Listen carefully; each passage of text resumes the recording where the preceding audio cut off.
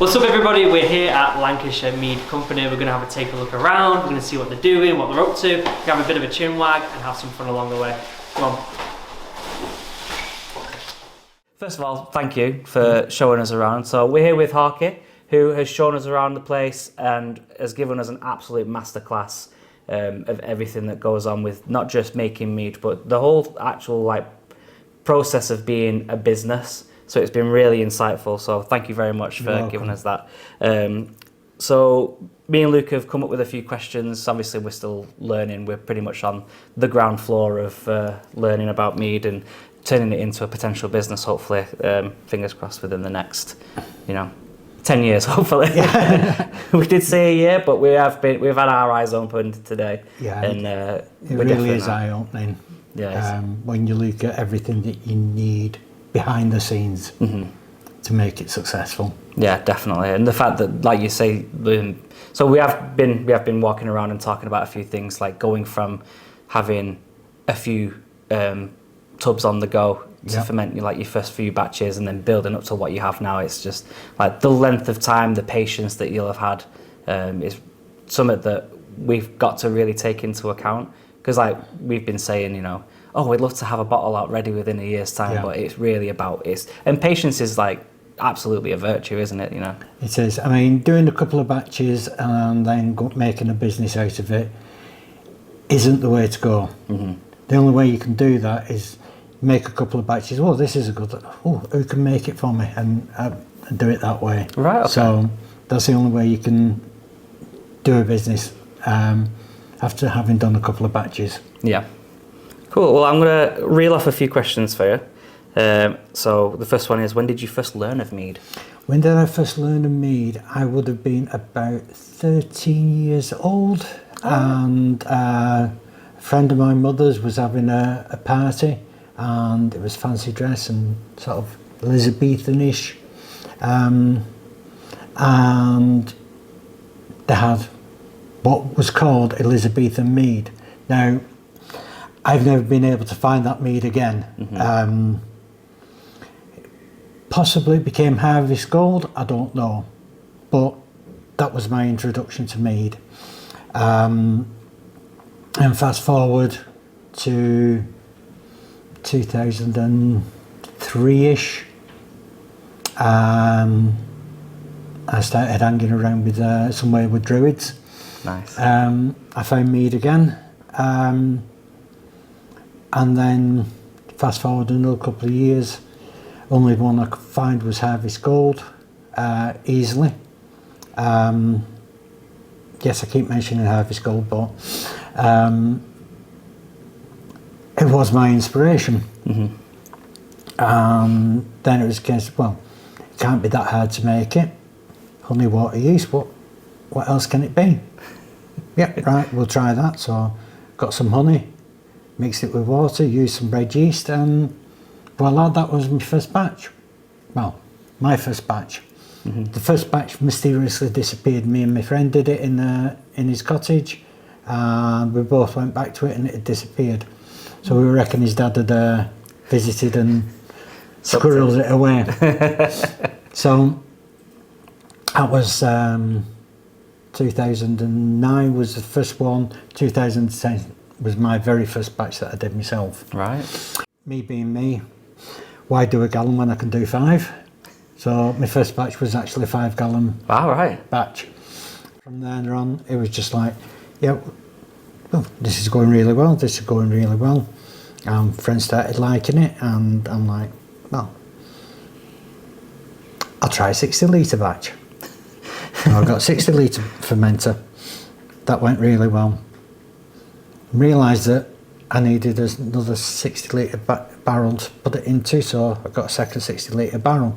So then it was just constantly rotating, and then it was like, okay, right. As my job as a HGV driver, I was driving around, and one of the drops I had up in Scotland had these blue barrels outside. What are you doing with them? Oh, nothing, they'll go to tip them. All right. So I grabbed a couple, and so I had two 200 litre or 210 litre All right. barrels free of charge. So that was my next step. And in between, I managed to get a 120 sort of in between at one stage. So that was it. I had 2 60 litres, a 120 and 2 blue barrels. The second blue barrel kept leaking. I put a tap in the bottom. And yeah, don't try to put taps in things yourself. So that got consigned to the local tip. Ah. So I had 1 blue barrel. So when I started the business, I then bought a proper 200 litre ring top barrel. So I suppose that's something that we need to also be mindful of is, if there's any chance we can be a bit savvy and try and do things ourselves, there's that element of like, that can help, but sometimes you can do stuff and go, well, that was... Yeah, as you get bigger, the science changes. Right, okay. Because as you get bigger, the fermentation temperature increases. Right. So, but the fermentation time lengthens. So there's that balance of everything in there, of temperature and time. So at the minute we're just fermenting out of these demijohns. Yep. How much time do you reckon for one of those is ideal? Because we've been really doing it for about a month to 2 months We do for the first lot of month, fermentation. Yeah. Basically, let it ferment and keep an eye on it. Do your gravity checks for at least 2 weeks to make sure it stays at the same level. Right, okay. Because what can happen is it can stop bubbling, but it's still fermenting. Right. So you go, yeah, brilliant, rack it off, settles out a bit more, put it into the bottle. And I notice you're using pop tops, which are great, but as soon as you pop them, you've got a bottle bomb. Yeah. They can literally fizz up as you open them and shoot everywhere. God. So that's something you've got to be aware of. Open them from outside from now on. Maybe out the window. Going on again, what you might not know, what you think you know, blah blah blah. Sulfites don't stop fermentation. Right. Nor do sorbates. The only thing that stops fermentation is time. Right. Yeah, so the longer the better. Yeah. Essentially. If you're aiming for a certain gravity, finish, make sure you pitch for your yeast. Okay. So if you want to finish at 10, 15 and 14.5%, you want to be pitching at about 11.35. Right, okay. So thereabouts for a 14.5% yeast. Right. If you want 18%, then you need to go up to around about 11.45, 11.50, and so on, to finish off at a decent semi-sweet thing. If you want a sweet thing, then again, you've got to pitch further. The problem you've then got is the amount of sugar in there can stress your yeast out and it finishes early. Right, okay. So again, you might end up with a super sweet mead that you can't restart. Yeah. Because one of the problems we find is once you've reached around about 10%, I'll say 8% as a safety figure, you can't get a restart. Right. Okay. Because the amount of alcohol in there, with the honey, which is an antibacterial thing, and alcohol's antibacterial, putting fresh yeast in, it doesn't like it, it kills it. So it's a very fine balance. You've got a very fine balance of what's good, what's not. Nutrition you've got to be careful with. I forward load with nutrition. I don't do step nutrition. Okay. Because I've had well, you've seen the fermenters. Yeah. The big conical ones. So first indent band down, it was there. I started degassing it and I had to slam the lid on it. It was frothing out and everything. All of a sudden it just kicked in, and that was before putting any nutrition in. Wow. So we didn't even... No. Wow. Because what I was doing, I was trying to do a step nutrition. Yeah. And it didn't need it then. Didn't work. Again, Might I say it's Freya, goddesses of love, war, and if she don't lay them, she slays them, Yeah. sort of thing. So, yeah, she decided, I'm having a fight with you. Yeah. So that was, yeah, I won't do that again either. I'll just let it run. Mm-hmm. Do the forward nutrition as I've always done. So, yeah, that's the way I go. Mm-hmm. You mentioned the name of one of your batches, Freya. Where did the inspiration for like the Norse mythology side come from? Obviously, you do like the pagan gatherings as well, but It's all Loki's fault. right? So, previous to the Norse pantheon that we're using, I was using the Celtic pantheon of gods and goddesses, and I was doing this one which was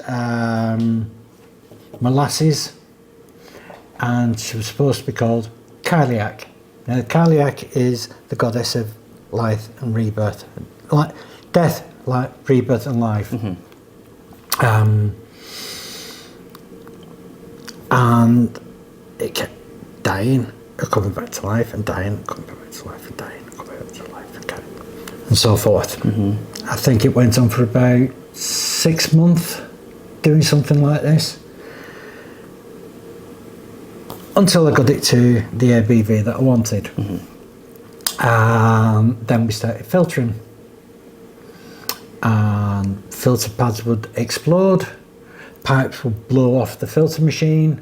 Right. So it got called Loki because it was just being mischievous. From the start, it was being mischievous, so it became called Loki. That makes sense. From that point on, we're on the Norse gods. Yeah. Um, I like that. I like that it's like a very telltale sign that you've gone from wanting it one way, and because it hasn't worked out, it is Loki's fault, and that is very typical of like the story of Loki, and then it shifted you onto the Norse gods, which is probably something that Loki would have wanted. He wanted the attention on the Aesir and exactly. One of the camps I used to go to as well, the guy used to go there. He's very well respected within the heathen community. Oh, sweet. And this is when I was homebrewing still, he called me the Aegir. Right. Now, Aegir is the god that makes all the ale and mead for the gods up in Asgard. I'm looking for potential places to go for like a stag do this year, because I get married this year. So, and we talked about doing like a Viking festival, but we wanted to make like something a bit more authentic rather than just a bit more of a gimmick. Okay, you want to go to that Viking festival, Hesham? Hesham. Hesham. Is that the one that you'd sent me? I think it was, yeah. Yeah. Oh, okay. Yeah, Hesham's good. It's a family event. It's over 2 days. You've got the living history section. You've got the battlefield. You have a march like you have at Jorvik. But you've also got a fun fair for the little kiddies. It's probably the best Viking festival, and it's community run. It's a Hesham community. Oh, that's cool. Actually run it. Right. Good for a stag do. You've got a couple of pubs. Yeah. We said either that or there's the most remote pub in the UK up in Scotland, which is a 2-day hike. And we could do that and take a load of ale, load of beer with us. Yeah, I've not done that one. The other one is do what everyone else does. Jorvik. Yeah. York. Yeah. You've got Hilt, which is an axe throwing place, just on. Oh God, what's the road? I can't remember. Gudrun Gate. You've got a couple of decent pubs, but you've got the best one's probably Trembling Madness. Right. Okay. If you've never been in there, it is the Hogwarts of the beer Really? industry. They have a really good shelf of mead from right there to there, and then some others underneath. But beers, they've got everything. Belgian triples up to 10-12%. Brew York lot are in there. that's a really good place to go for a stag do as well. Yeah. Going to Brew York, you won't come out. Right. This sounds good. We can go there. Yeah. Brew York. So going back to your time in America, and you get these pubs with really long bars with hundreds of different ales on. That is Brew York. Oh, that sounds and they're all good. their own. All right. So We can definitely. Princess Tone Cocoa, which is it's a Tonka Coca stout, Russian Imperial Stout at about 11%. Bloody hell. That is absolutely drop dead. Can I have some just for the plug, please?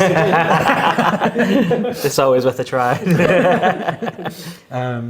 But yeah, I love Brew York, really good. Trembling Madness, again, fantastic. And think they I have a have bar heard of it. upstairs. I was going to say there's like not a secret bar, but like you go behind the shop and Yeah, yeah, in between the front and the back, there's stairs upstairs to the bar. brilliant. So that's one, and they've got one. I think they've still got one. Forgotten the name of the Lendl. Down on Lendl, and the bar is on the ground floor, and the sales are on. Off sales are on in the basement. Right. But they don't do mead in that one. I don't think. I think they stopped doing the mead there and just left it to Stonegate. Oh, right, okay. So And in terms of like, you know, like with the fact that it's a shop and you say, there's a shelf of good mead and there's some others underneath. How does the market look in the UK versus the US and Europe for mead? Is it all a bit of a blurred line between what's like mead and then what sort of yeah, in and around the proximity of mead? yeah. I don't want to get political on this, and because I know I'll have a lot of American viewers as well. But silly flavours, that's not mead. Mead is honey and slight flavouring. We don't, strawberry, vanilla, cherry, apple, sour. It's not mead. It's an abomination in my view. But that's me. Yeah. And with America, last count there was over 600 meaderies Wow, right. within America. So they've got to have something different. And they're bouncing off the back of the craft ale market. And the craft ale market went with stupid flavours. The mead industry over there has gone with the stupid flavours to bring in the craft ale market. Size-wise, it's very, very small market. And the more, I hate to say this, the more people that come into it is watering that market down. Yeah. So you think you can come in and make a killing, you can't, because you're just taking a finite amount of people that are drinking mead. The more that's in the less income you're going to have. Yeah. Especially at the moment with the cost of living and everything, people are cutting back, and mead is an expensive luxury. So people that love mead are just buying smaller amounts nowadays. Yeah. So Yeah. That, and of course, like again, not wanting to get too political, but we were having a wander around we've got like the warehouse, the brewery, the place of work, and mentioned like, all the things that you need to make mead, the processes that you use. With when Brexit is concerned, like that's skyrocketed the price too, and yeah, we're filming this in February 2024, and there's still a cost of living crisis, so it must be like quite tough. it is. It's very tough. I mean, we're in a lucky position where we can just about survive. Last year, we didn't think we were going to survive. Right. But we've managed to pull through. So yeah, it's everything from Brexit to COVID, cost of living, it's all having its impact. War in Ukraine, it's had a big impact on utilities, but it's also had a big impact on the honey market, because a lot of honey came in from the Ukraine. So the price of that skyrocketed. I think it went up, is it 20%? Right. I think our Ukrainian, we were using the Ukrainian honey, it went up 20% between one order and the next. Right. Quite a sharp rise. Yeah. So it's everything has increased prices. And people go on about using UK honey. Most of it is crop honey that is released to those that don't use it in the jar. If you want it in the jar, you get the good honey. If you're using it like us and bakers, you get the crop honey, the oilseed rape, the field bean. Field beans are not a bad honey, but basically you get the bottom end of what honey the UK can offer. I was going to follow up what you were saying with actually another question for those that are looking to, even if they're just starting like a bit of a home brew just for themselves, like what is an essential thing to look out for in honey? Like you say, like it's harder to get it from the Ukraine, where you're going to get something that's a lot more suited. If they are getting something from the UK, is there anything that they can look out for to avoid, or maybe keep an eye out for something that like, oh, actually that'll work really well? Avoid honey that hasn't crystallised. Right, okay. Or doesn't crystallise. Crystallisation in honey is a good thing. It means it's real honey. Sugar water doesn't crystallise.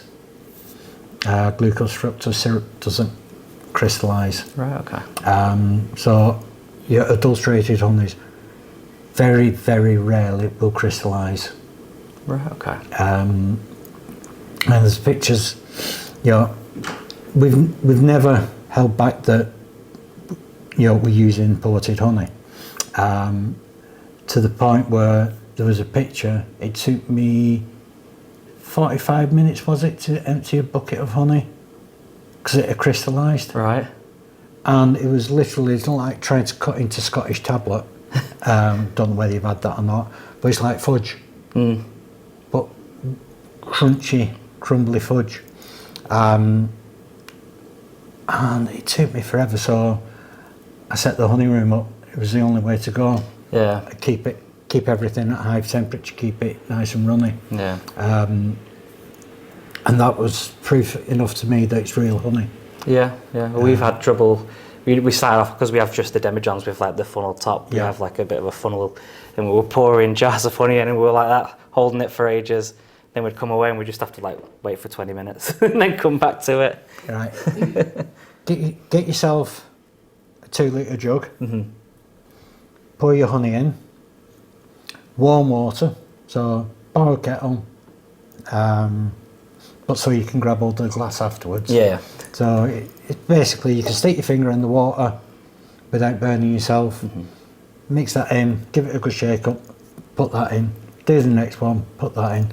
Pour that into your demijohn and keep doing it. So you're mixing it up with the water as you're doing it, and it makes it a lot easier to pour in. And in terms of mixing, we've done a couple of different methods where we've managed to get the honey in. We've got the water and the honey sat at the bottom. Yep. And we've used 2 methods. We've then shook the demijohn to try and get it all mixed up. Yep. And then later on we did buy a bucket and everything's been poured in there. We've given it a good mix. Yeah. And then later. That's the way to do it. Right. Okay. I use a plasterer's mixer. Right. Okay. But I did buy, have made a stainless steel extension for it. So literally 200 litre barrel, pour everything in, put everything in, bang, mix it up, pump it across. It's the way I do it. The honey goes in at 38 degrees. The water, I turn my water temperature down to 32 degrees. Mix it in, I get a decent temperature when it's pumped over. So as long as I can do it same day. If not, a couple of barrels will go back in the honey room overnight to stay warm. Yeah.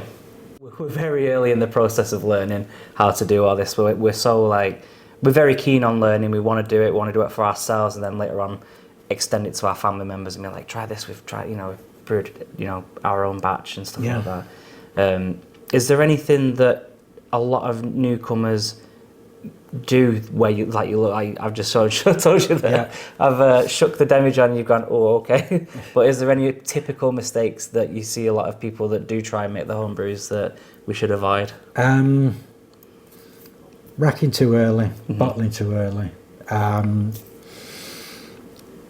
throwing too much sulfites in. That's a common one. It just takes like chemicals. Not rinsing. So you sterilised everything, fantastic. However much these no rinse cleaners say, do me a favour. Next time you use Star San or something like that, rinse it out and then leave it for a week and see the residue that's on there. You'll see a white powder residue. That gets into your mead. That's something we could have a look at as well, actually, and we could video it. Yeah. Because I used to use OxyClean. Right. Absolutely fantastic. Does the job it says. And the bottles had white in them. All right. So it's like, stop using that. And that was a no rinse. Yeah. So that's where I forgot what we were using. It was peracetic acid. So peracetic acid, that's supposed to disappear. You can still smell it 2 weeks later. Right. And then, so it was peracetic acid to clean the bottles and rinse with hot water. Right. 60-degree water. That was the only way we could do it. And then I forgot what I started using as well. Because peracetic, it touches your skin, it burns. So if you forget to put your gloves on, right, you'll get a peracetic acid. So peracetic is hydrogen peroxide and acetic acid. So you get that burn from the hydrogen peroxide. Yeah. One of the best weed killers known to mankind. And we're putting it in, bottles and demijohns and stuff like that. So I won't touch anything. Everything is rinsed with hot water, 60-degree plus water. A bottle machine that we spent £15,000 on, instead of hand pumping bottles on the little things that you can get from the homebrew shop. That rinses out at 100 degrees. Oh, right. Yeah. So you're getting. You've got to leave the bottles 10 minutes before you can even touch them. Yeah. And they're quite thick glass as well, so they must keep the heat for quite a while. It does. It keeps it a lot longer than an ordinary bottle will.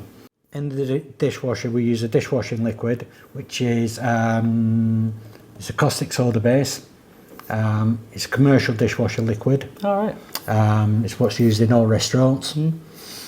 And then we use a sanitizer, which doesn't foam up.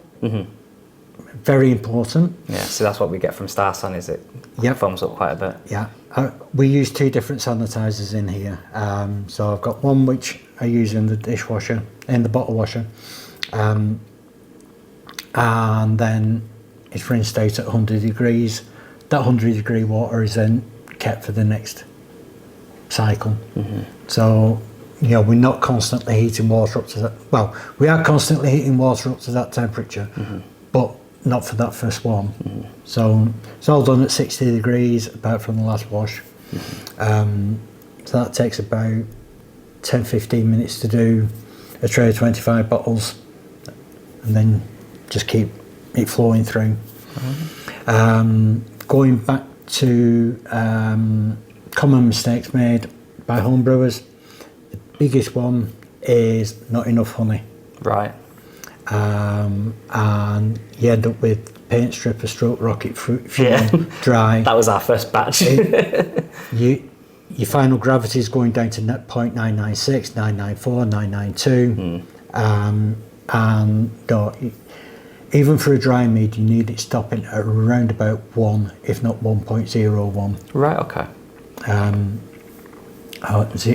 Sorry, 1.005, 1.01. In that area, you're still classed as a dry, and if you want to back sweeten, you can, but you'll still get that endemic sweetness if you just keep it above 1. Right, and during the fermentation process, if you add honey, is that something that you can do, or is that you can? That's when it starts getting difficult, and you need to use your apps, and right, you need to be taking gravities.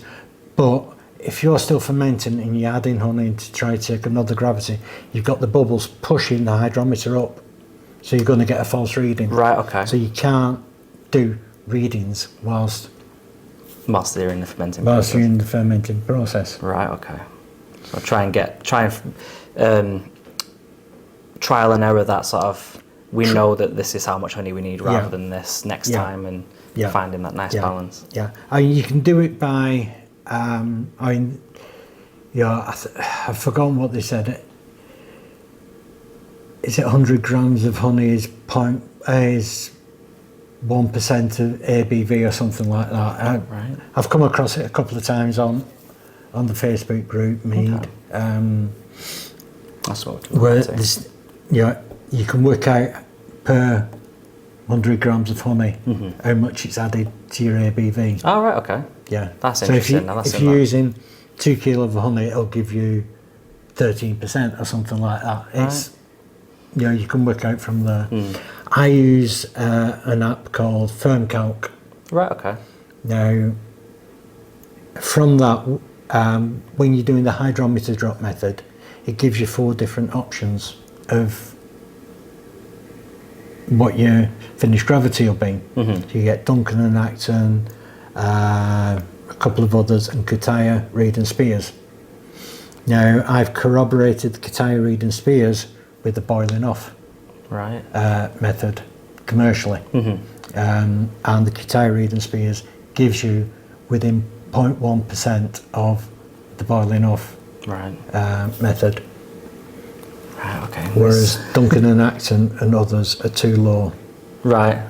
So if I've got a Duncan and Acton giving me 14.5%, Kutaya, Reed and Spears is giving me 15.1. Yeah. So 14.5 Kutaya, Reed and Spears is giving me 13.8 or something like that on Duncan and Acton. So there's a difference in where it works, and I think Kutaya, Reed and Spears works better with mead and the higher ABVs. Okay. Whereas Duncan and Acton's more correct when you're down in your 5, 6, 7, 8%. Right, okay, that's interesting. We have a lot to learn about. And so much, like you say, there's so many different places that you can go to learn, and everyone's got their own little different way of doing things. Yeah. Which is interesting. But yeah, we have a lot of reading to do. And I was lucky, a couple of years back, did a lot of talking with the guys at Lyme Bay. All right. And I asked to come down to learn the boiling off method. And not a problem, come down, we'll show you how to do it, and this, that and the other. So I took one down, and luckily we hadn't released it, and my ABV said it was 14.5%. The boiling off gave us 15.1. Right.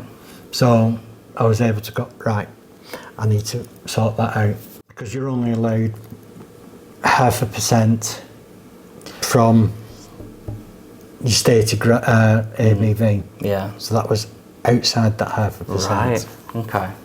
So that's another thing that we didn't know about. So There's a lot of things. if we're ever going to try and sell anything, it's And at the time, 15% was £2.80 a litre, and 15.1 was £3.96 a litre. Right. Excise duty. Just very quickly though, have you got any events this year that you're going to that you're hoping to?